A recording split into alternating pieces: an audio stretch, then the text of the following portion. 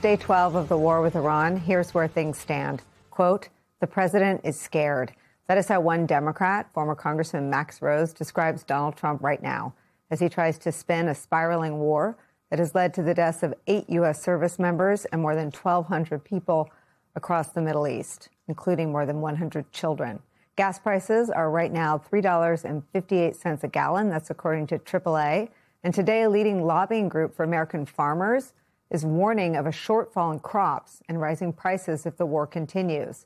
As for Donald Trump and his administration, they still have not settled on a single set of messages to explain why we're at war right now, what our goals are in the war, or how long they think it will take to achieve those goals and how long the war might last.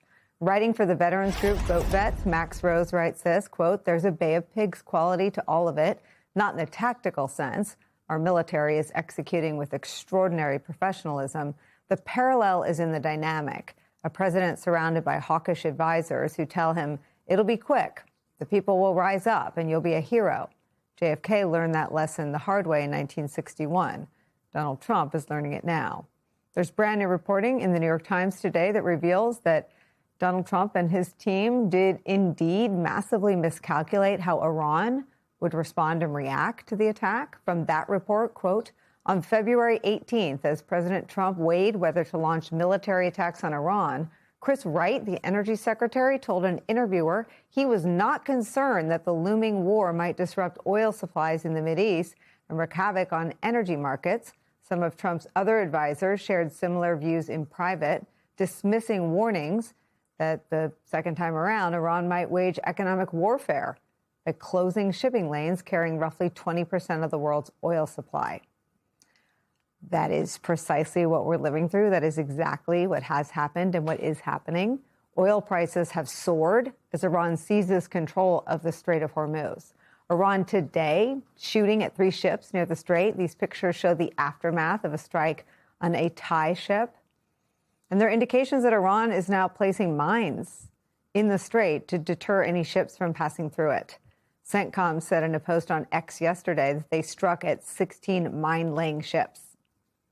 Team Trump's response to the threat to shipping has been shambolic at best. Energy Secretary Chris Wright, the one who, according to the New York Times, said last month that a war with Iran would not impact oil supply, claimed yesterday in a tweet that the U.S. Navy escorted an oil tanker through the Strait, only to delete that post a little bit later. Donald Trump today threatened Iran with, quote, death, fire, and fury, end quote, if the oil supply is threatened. Then today he told reporters that shipping companies should just, quote, use the Strait. That's after he told Fox's Brian Kilmeade that ships should, quote, show some guts and just go through the Strait. Does that sound like a president with a plan? The Wall Street Journal reports today that one unintended effect of the war is that the brutal, cruel, and tyrannical Iranian regime that was sanctioned to the hilt and cut off from markets all around the world is, for now, empowered in selling its oil. From that Wall Street Journal reporting, quote, Iran is exporting more oil through the Strait of Hormuz than before the war, showing it is in control of a strategic waterway that it has closed off to the rest of the region's oil producers.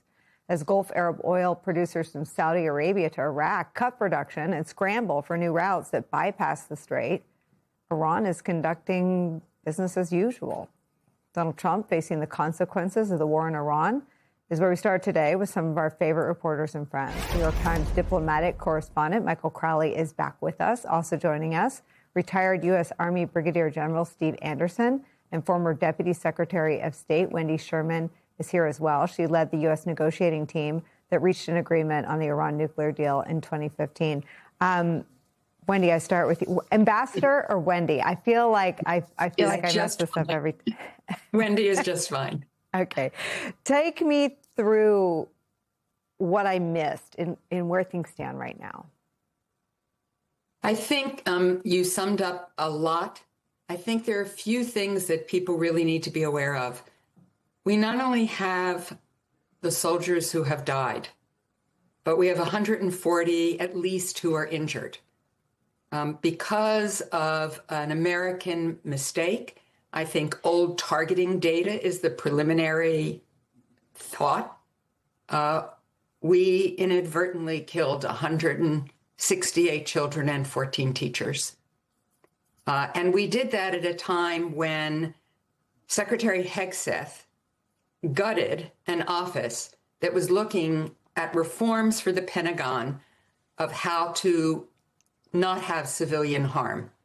And he gutted that office because he's all into sort of this rah-rah macho lethality is the way that we ought to conduct ourselves, which is why this is the Department of War under his names, under President Trump's name. I think the other thing is, indeed, China is getting its oil. Iran has continued to go through the strait and get China its oil. The president said he was going to make sure that China got its oil. He was trying to butter up China as he moves toward a summit with Xi in Beijing starting March 31st. But China knows better. All that's happening is Trump is sort of going backwards. And I guess the final two things I would say, Nicole, is when this is over, whenever the president decides it's over, he doesn't just get to decide. Iran has a vote. They could continue to retaliate for what they see as harms. No one would disagree with the fact that Iran is a terrible regime, that it has done terrible things, that it has killed Americans over the years, that it's been really tough. I agree with all of that. But we had drive-by diplomacy that didn't get us to where we needed to be. Instead, the president decided, because Steve Witkoff and Jared Kushner said, this drive-by negotiation's not getting what we want, guess we need to go to war. And then finally, the president of Iran today said he needs three things for a ceasefire: an acknowledgement of their need to have a nuclear fuel cycle, reparations for damages, and no further aggression affirmed by the international community. I doubt that President Trump or Prime Minister Netanyahu will agree to that. So I don't see a ceasefire happening anytime soon, because Iran gets to have a vote, and we all will pay the price.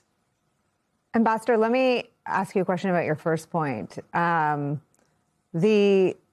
strike, and I've got the latest New York Times reporting on the strike on the school. An early investigation finds that U.S. was at fault. If one of the objectives, and it's hard to tell based on the administration's public utterances, but if one of them is regime change, I guess the Ayatollah's son seems to be regime change in the wrong direction, perhaps someone, younger, savvier, and more brutal. But two, Donald Trump has even spoken directly to the Iranian people. It seems that the early messaging around the strike against the school and blaming Iran I think Trump asked about it today, said he didn't know anything about it. That doesn't seem to support one of their stated public goals. If it really is a goal, I think we don't really know. But just talk about what it does in terms of the people and the hearts and minds of the civilian population who want a better future for themselves if you don't transparently handle a mistaken strike on a child's school. The United States of America has always held ourselves out to be a country that takes responsibility for the mistakes that we make in war. And we have made many. I grew up during the era of Vietnam, and sort of My Lai was a horrifying, really killing of an entire village. And we took responsibility for that. Colin Powell, who had fought in that war and became the Secretary of State and also chairman of the Joint Chiefs, understood and discussed how important it is for us to be that transparent. And I know that Brigadier General Anderson was taught this when he became a soldier and as people go through this. So for us to not be transparent about this, not to own it, is to really declare that we are not the country who we thought we were and are, and certainly the country I want us to be. I'd say too, Nicole, that there is no doubt that the new supreme leader is brutal. We haven't heard from him. I'm sure he's in a bunker somewhere. There are all kinds of reports about whether he was really devastatingly hurt or only minorly hurt in that first strike. I assume we will hear from him at some point, but we've heard from the president. We've heard from Ali Larijani, who many people believe is running the country at this point. And President Trump has said, we're almost done. We've done this and we've done this. We've gotten rid of their Navy, their missiles, attacked their drone plants. But at the end of the day, quite frankly, although our military has been spectacular, if that is what we have done, Iran can reconstitute that in a matter of months and years. And we will have to be back into a mow the lawn strategy. Nothing about their nuclear program, nothing about the real reason that President Trump said he was doing this at the start, which is to have the back of the Iranian people. And instead, what we're doing is creating a new nationalism in Iran, where people feel they're being attacked. They don't like this regime, but they don't like the attacks either. And they don't like to see 168 kids and 14 teachers dead.